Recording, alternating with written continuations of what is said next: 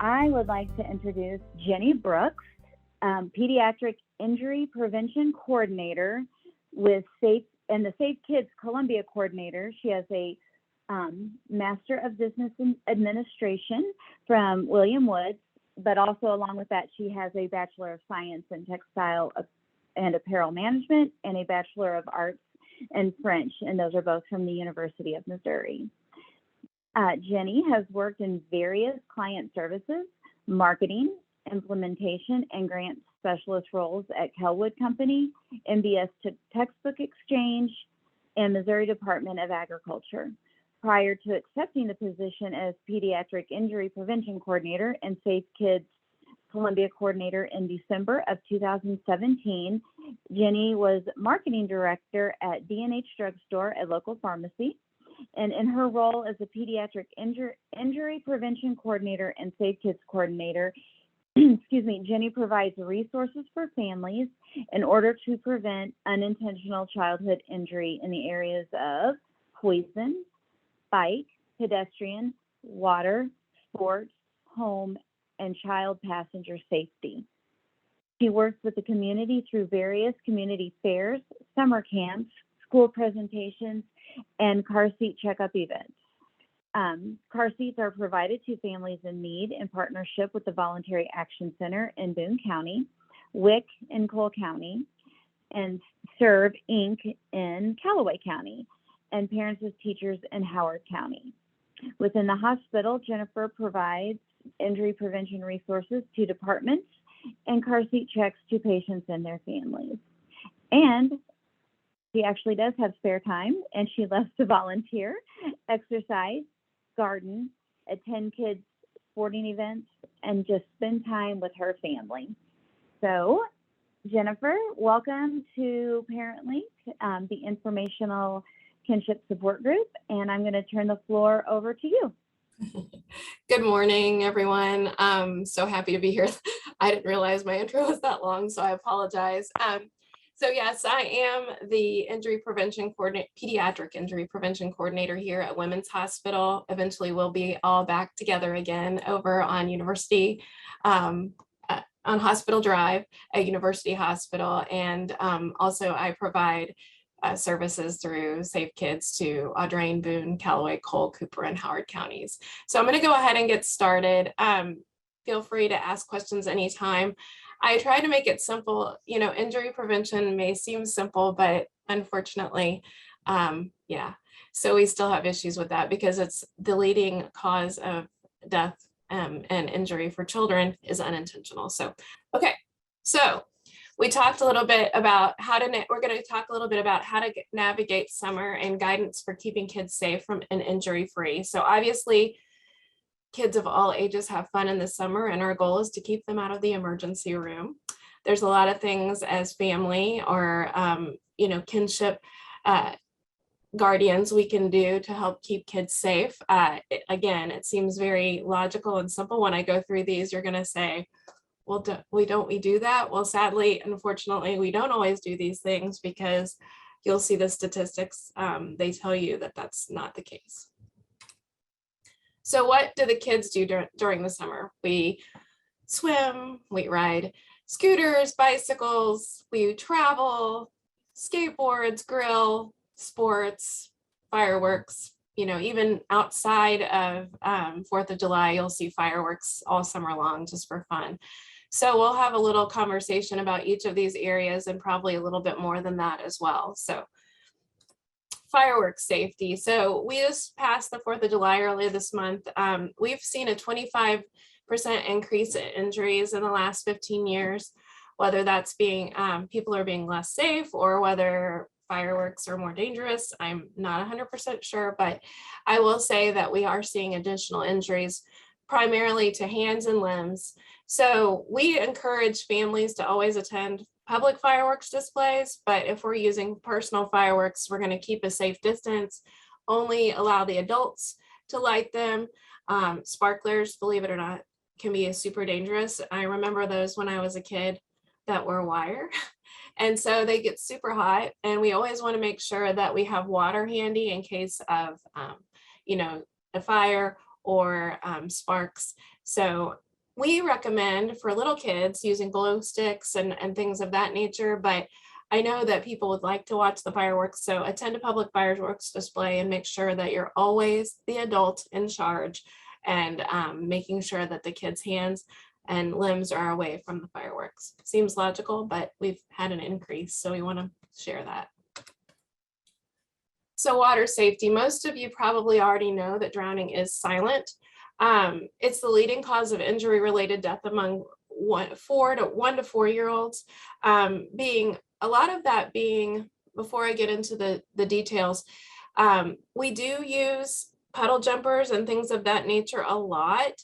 And those kind of give a false sense of security to kids, because when they're always in a flotation device and haven't had swimming lessons, the thought process is for that young child when they jump in that they're going to bounce right back up.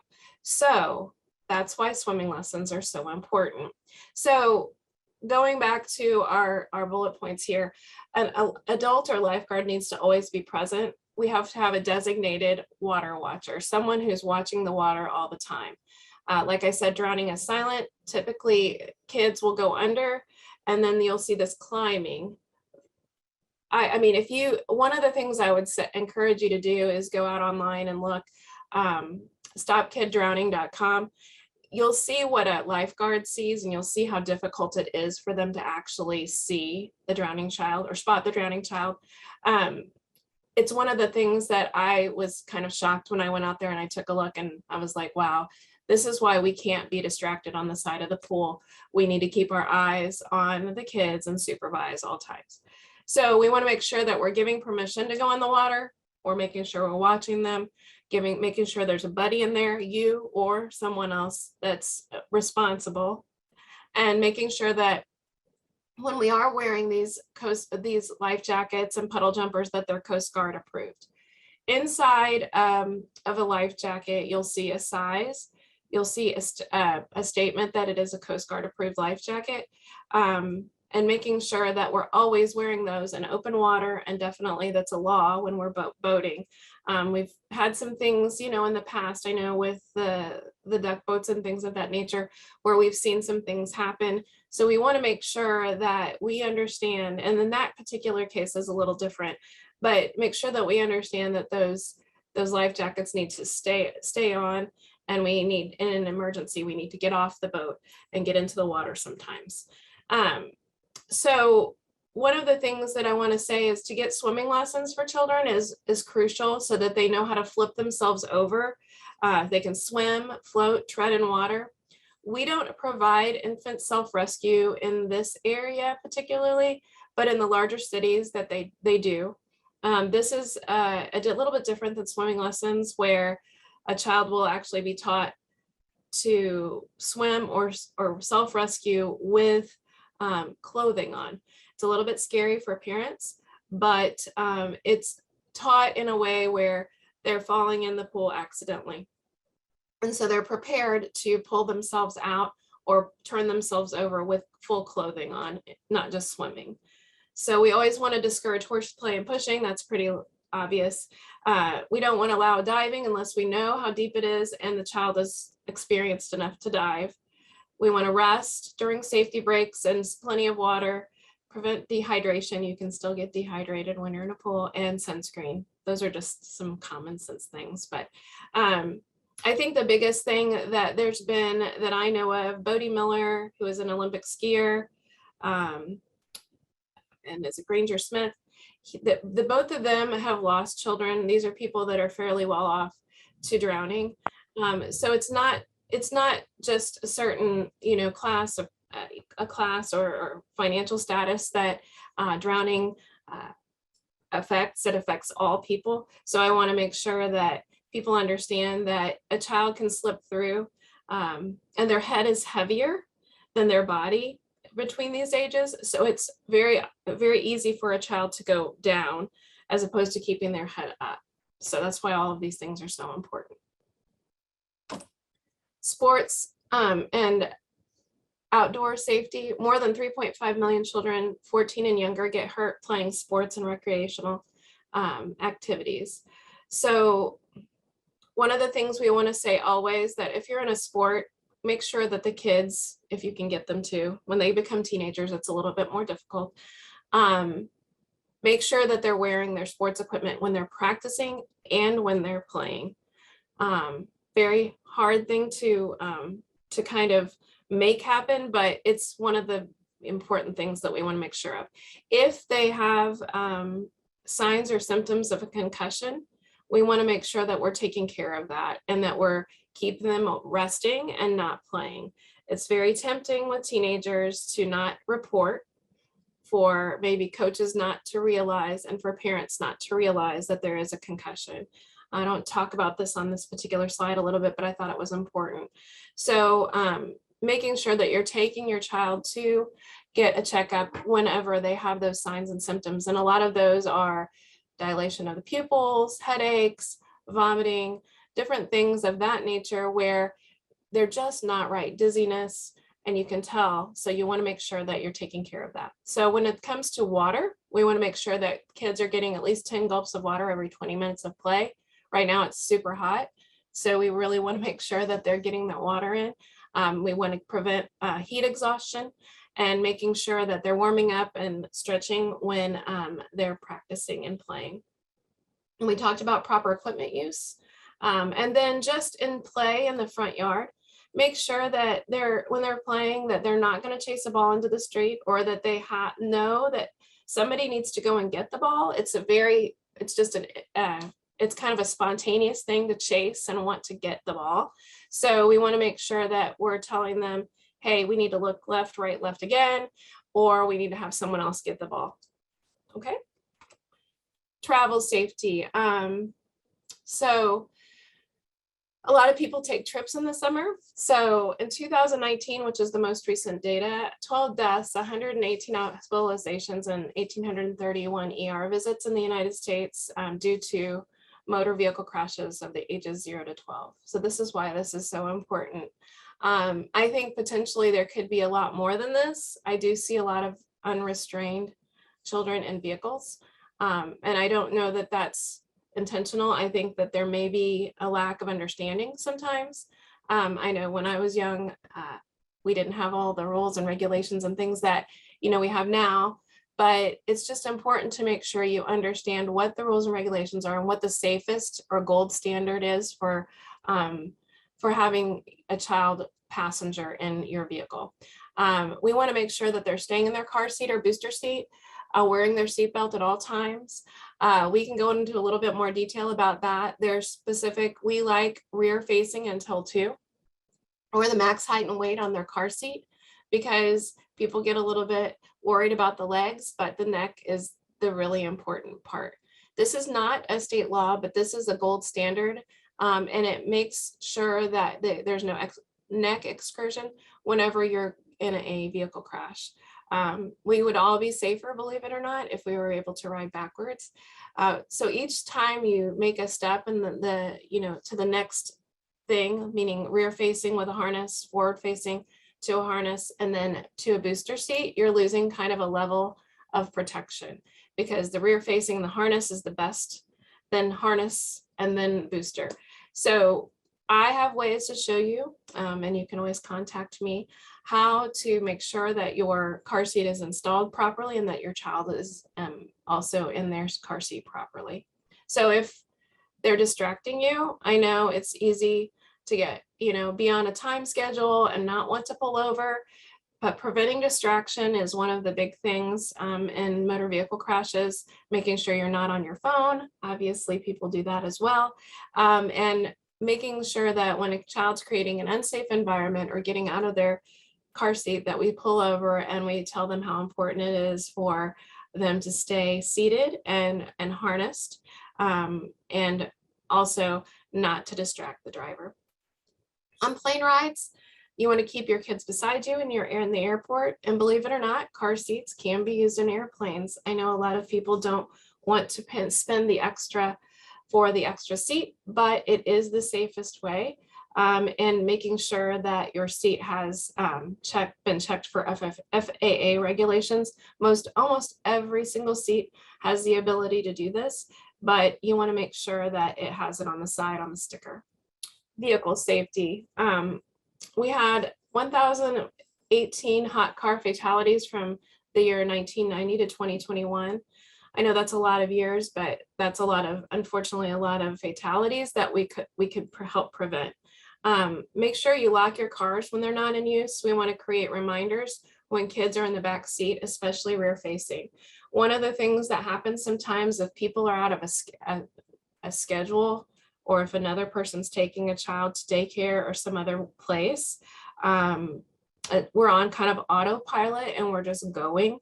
So there could potentially be the opportunity, I shouldn't say opportunity, but the possibility of someone not thinking about the child being rear facing in the car seat in the car. So checking around the vehicle, making sure you have a reminder, putting your either your bag or your purse in the back seat. Those are things that are really important. So cars and trunks, we obviously know are not safe places to play, but kids love these places because they're fun and different. Trunk entrapment and heat stroke are real things and can really happen. When we're talking about heat stroke, I would say you'd be surprised on an 80-degree day, depending on where your car is parked, your car could get well over 100 degrees, 120, 130, 140. And then whenever it's 100 degrees outside, you can only imagine 30 to 50 degrees more possibly in the vehicle. Checking around your vehicle before you're backing out of your driveway, simple thing. Have a safe spot for the child to stand so that they know that when you're moving your vehicle that they need to stay on that spot. Avoiding front overs and back overs by holding kids' hands or walking beside them when we're near moving vehicles. Large vehicles, SUVs, trucks can't see a small child around them. And obviously not all vehicles have 360-degree cameras around them. So staying by your child is a really important thing. Pedestrian safety. Unintentional pedestrian injuries are the 5th leading cause of injury-related death for children 5 to 19. There's been some things happen, obviously since cell phones, people get a little bit distracted. So it is a distinct possibility that someone might be looking down at their phone. And we'll talk about that a little bit in another bullet point. We want to make sure that if they're 10 or younger, we're walking with them wherever they go. If they have some freedom, obviously we need to talk to them about the rules of the road. It's hard for kids to judge the speed of cars. Sometimes it's even hard for me to judge the speed of a car. And understand when I say pedestrian crosswalks, I don't know if people don't understand that pedestrians have the right of way when they step down into the crosswalk, but that has become a real issue. I mean, even here around the hospital, we have at least 3 crosswalks that I at least one of them I go to pretty regularly, and I do not ever see people stopping for that yellow sign. So adults aren't necessarily understanding maybe basic concepts of driving, or maybe we've kind of blanked out that yellow sign with the pedestrian on it, but want to make sure that we're paying attention, because people don't always, they may be distracted in their car. And if we're distracted on our phone when we're walking across the street, we make sure that, prevent an injury there. Making eye contact with the driver, explaining that to children, that if they actually look at you, you know that they see you. And then left, right, left again, that's a basic. And teaching kids not to cross in the middle of the street, waiting for the crosswalk or a corner. Heads up, phones down all the time. Just take that 2 seconds, put your phone down. Adults do it all the time too. And making sure that, we're keeping those phones down for those couple seconds that it takes to walk across the street. And don't walk in front of, teaching kids not to walk in front of cars or in back of cars. So wheeled sport safety, primarily bike, but obviously scooter, inline skates, and different things of that nature, even going into motorized vehicles. The motorized vehicles like gators, 4-wheelers, dirt bikes, motorcycles, But properly fitted helmets can reduce the risk of head injuries by 45%, but half of children 14 and under wear bike helmets. All wheeled activities, we should always wear a helmet. It shouldn't even be, it should be a no-brainer. One of the videos we show kids is you put a case on your phone. So why can't you put, it's from Johns Hopkins University. So why would you not put a helmet on your head? We're protecting our cell phone more than we're protecting our actual head, our skull. So making sure that it fits. We actually fit helmets for kids, and we also give them, I'll talk about that at the end as a resource. It should sit on top of your head in a level position with the chin strap buckled, and then 2 V's, one under each. The little straps should go right underneath the ears. You want them to check their brakes, their tires, their gears for risk. You want to make sure that their bike fits them, because if it's too big, it can make it difficult for them to maneuver. Everyone wear closed-toed shoes. If riding in the road, use our hand signals. If you don't know those, that's straight out for left for the left, straight out for right for the right, and then down and to the left with your palm facing backwards for stop. So be a good example as an adult and show them that it's important to wear your bike helmets and the helmets whenever you're riding any type of wheeled sport activity. Again, make eye contact with drivers, left, right, and left again. And then one of the things that's really hard for kids to understand is when they're turning left, they need to look over their left shoulder to make sure that there's nothing coming that can hit them. So looking over their left shoulder to make sure as they're getting older and riding in the street, making sure that they're paying attention. So ATV safety, every year, this is a big one. 135 individuals, this is not just children, are injured in ATV related accidents. Obviously we have a lot of little rural towns in Boone County and surrounding counties. And unfortunately, between 300 and 400 people are killed annually, 1/3 of them being children, young children, obviously. So wear a helmet again and necessary safety gear. We don't want to operate an ATV after sunset without proper lighting equipment. We would say the same with bikes as well. Making sure that you're reflective, you can see pedestrians also, reflective lights, any type of thing that can show you if you're walking on the side of the road, if you're riding a bicycle, if you're riding an ATV, you need to be visible, be bright, and basically use your lights. We don't want to carry more passengers than there are seats. A lot of times we see double riding. They're built for off-road driving. We're not driving them on state highways. I live on one. I know that this happens with gators and ATVs. So UTVs and ATVs. Don't speed. We don't want to attempt stunts or tricks. Children under the age of 16 years must be under adult supervision to operate an ATV. That's actually a law. And making sure that you're never trying to climb hills that are too steep because you can flip backwards. Mowing. This is a big issue. We have a lot of times where parents want their child to ride. It's fun. It looks really fun, right? But sadly, this is a big injury area for kids when they're riding with their parents on a riding lawnmower.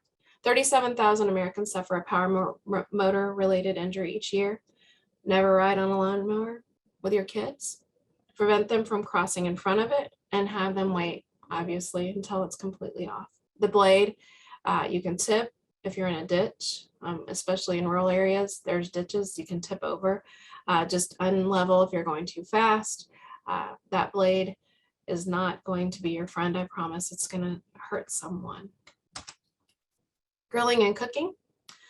Lighter fluid is involved in 25% of injuries when it comes to grilling and cooking. So that's, anything to do with, coal, charcoal grills. It can also be, propane grills as well. So we want to keep kids away. I'm not saying that you can't cook and have fun with your kids, but you need to make sure that there's a kid-free zone, especially in certain times. And making sure as they get older that they understand safety, just making sure that they know what's going on with the grill. If something doesn't seem right, they need to step away. Don't reach over, under, behind. Don't hold them while you're cooking, something that seems pretty obvious, but parents should be the ones using knives, making sure that you're teaching your kids how to use knives properly and safely, and supervising them if they are.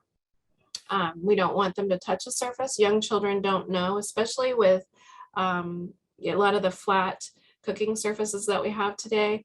They don't necessarily show that they're hot, and they can put their hand right on that flat cooking surface and burn themselves really badly.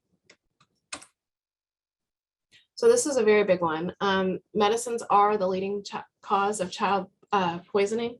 So they look, obviously you see the picture here, a lot like medicine. Altoid mints and aspirin, sweet tarts and cold medicines, Hershey's and X-Lax. I mean, they all look very similar. A big one, that black jelly bean, and iron. Iron is extremely toxic.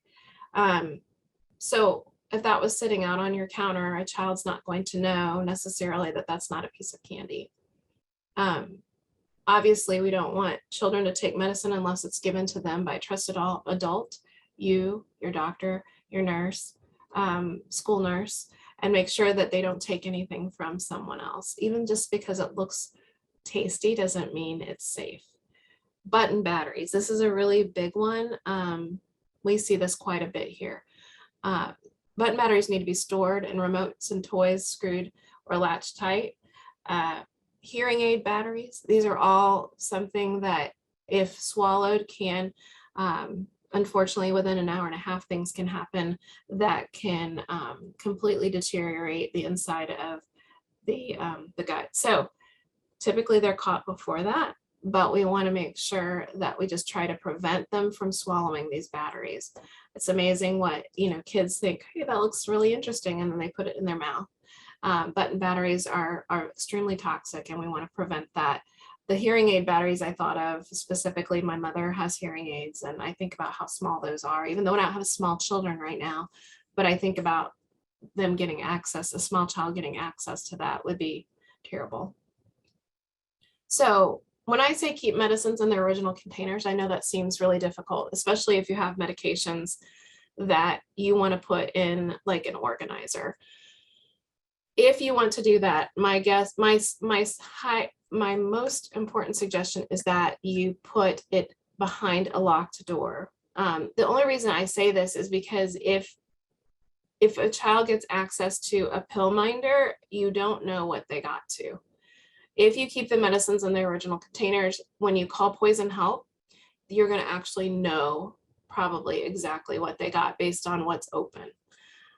If your child eats or drinks something that you don't know what it is, you want to immediately call poison help. Remember the Mr. Yuck stickers? We actually still have those through Missouri Poison Center and the Poison Help. 1-800-222-1222. You want to report what they consumed. And this is important to start here, because they're going to tell you whether you need to do more and go to the emergency room, or whether you can treat this at home. So a lot of times, if it's something that's minor, we can definitely treat it at home and not go to the emergency room.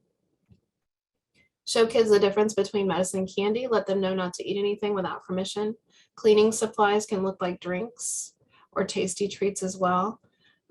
Laundry pods, we heard the whole Tide Pod or a laundry packet challenge. That's not typically who gets poisoned by laundry pods. It's usually 4 and younger. One of the things, it wasn't just a caustic thing, it was also a pressure thing.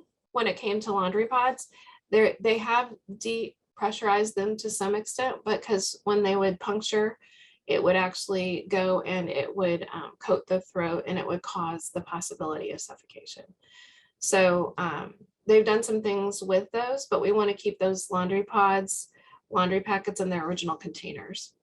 Don't allow kids to take more than the correct dose of vitamins. It's very tempting with the gummy bites they look like gummy bears.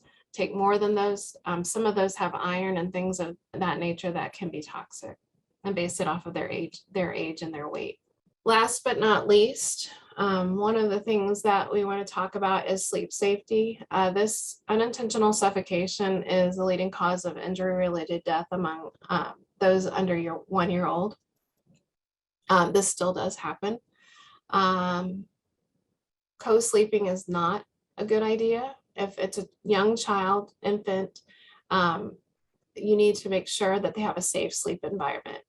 We have the safe infant sleep checklist from Safe Kids Worldwide on the right. We want to make sure they're alone on their back and then their crib. That's the easiest way to remember. It's the ABCs of sleep safety. The mattress needs to be really firm and just have a sheet on it. No toys, no blankets, no pillows, no bumper pads. A wearable blanket, a onesie, or a sleep sack is something that can keep them warm. We don't want extra blankets in the pack and play or the crib. Share your room, not your bed. So have them next to you, but not in bed with you, because overlaying is one of the reasons, unfortunately, for suffocation. Follow your manufacturer's instructions when you assemble your crib, making sure that you have a current and up-to-date crib, because the cribs that we used to have had rungs that were too far apart. Now we've kind of learned that that can be an issue. So anything that's current should not have the ability for a child to put their head between the rungs. Resources for you. Want to talk a little bit just in general about some of the things that you can do when it comes to equipment that you can use. Going back through some of the things, obviously we want to be using car seats in for every age and up until they surpass the booster seat, and then making sure that you're keeping them in the back seat until they're 13. So car seats, safety latches when it comes to cabinets, making sure that they're locked or there's no ability for a child to get into one of those cabinets, or putting something away up high where a child can't get to it. They make a lot of different safety latches and magnetic latches for children for parents to prevent children from getting inside. Making sure, again, to keep your medications locked and away. Kids are curious, they want to climb. So again, those safety latches are another important factor in all of that. We have anything from baby gates to anything, and also window protection devices to keep kids from falling out of windows, making sure that depending on your situation, you want to make sure that you know what you need to prevent your child from having an ER trip. And understanding that Safe Kids provides bike helmets to kids who need them. We want to prevent brain injuries, so it's not just always a bump or a scratch. It can lead to a traumatic brain injury, and we currently have Bell helmets that we're giving out to kids, and we've been providing. We were at the farmers market for the Family Fun Fest, and we were able to provide over 50 to that specific event. But we fit them for the parents, and we show them how to fit them so that every single time they can put them on properly. Educational resources and Audrain, Boone, Callaway, Cole, Cooper, and Howard, and educational sessions. So if there's ever any need or ever any want, I can provide any type of paper resource, electronic resource, educational session in person or on Zoom.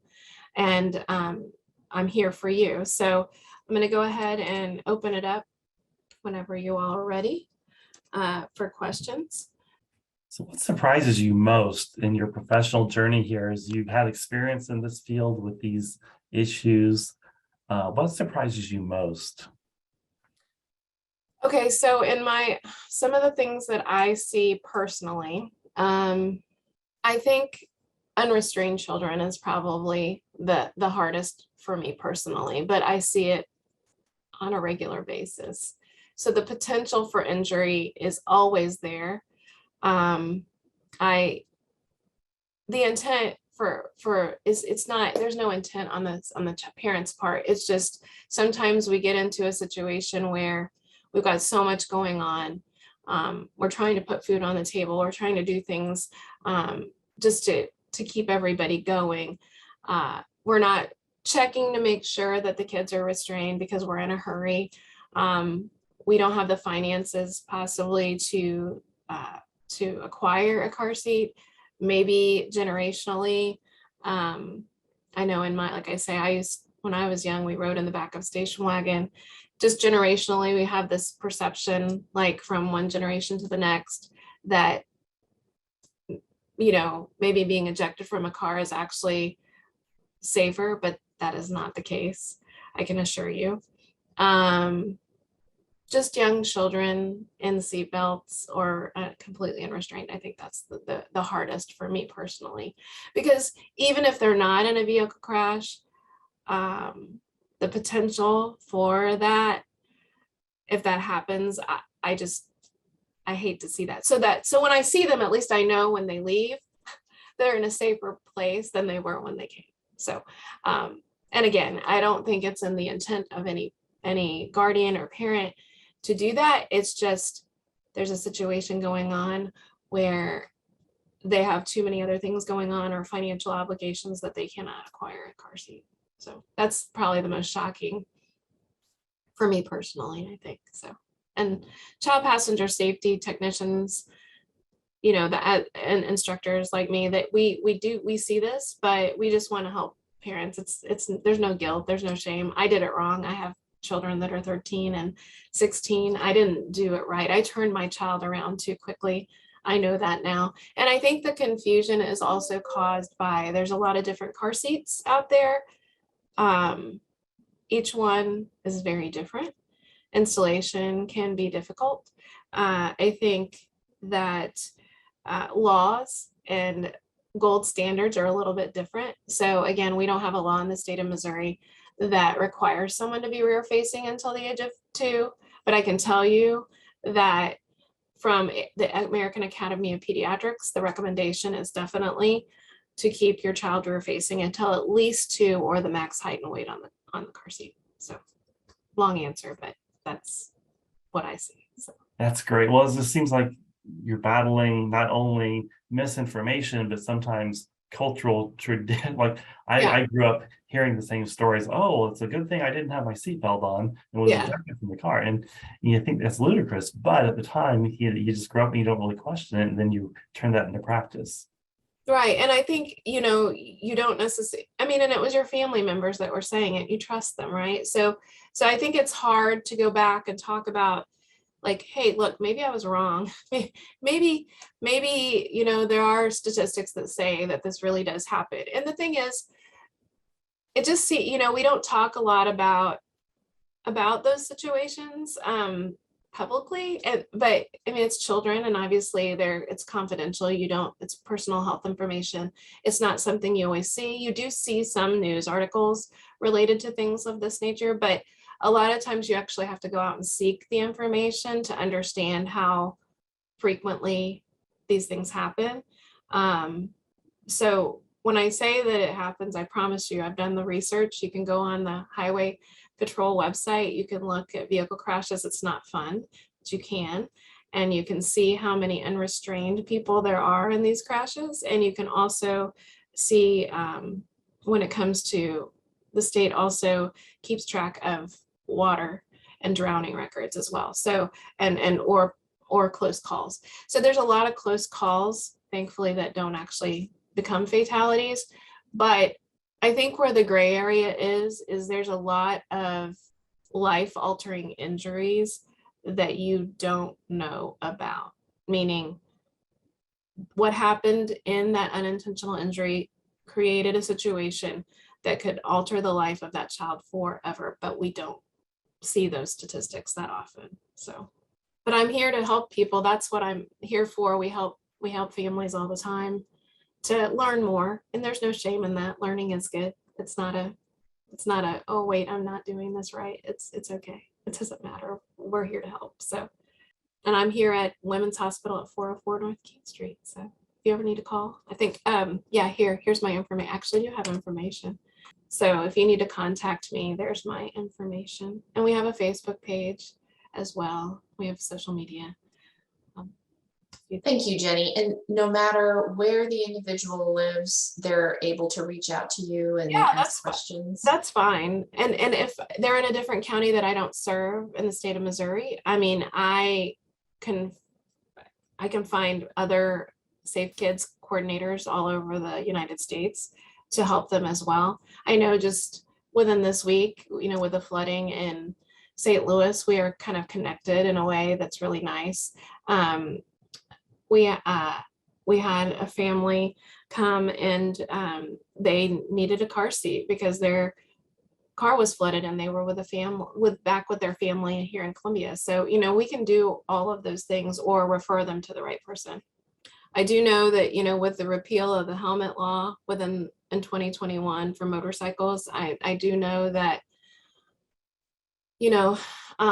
unfortunately, there's a lot of people on motorcycles, adults. So that's an example. So you have to always remember the example that we're setting. So like if we're, like he used the word arrogance, I would say maybe also possibly it can never happen to me, right? That mentality, this will never happen to me. I think sometimes the yeses and the nos, it needs to be a hard no, and we need to never do this.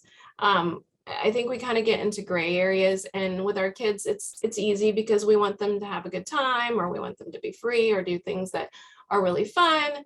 But I think that, thinking that it could never happen to you can become a real issue. And we've seen in some of our statistical information that, people in cars think that maybe because you're driving at night on the highway, this is anybody, even, highly educated, college educated people that, okay, well, they can take their seatbelts off because there's not that many cars on the road. But it's just something that it can never happen to me. I think that's the big thing. And talking about, the helmet use or lack of use, we are the role models for our children.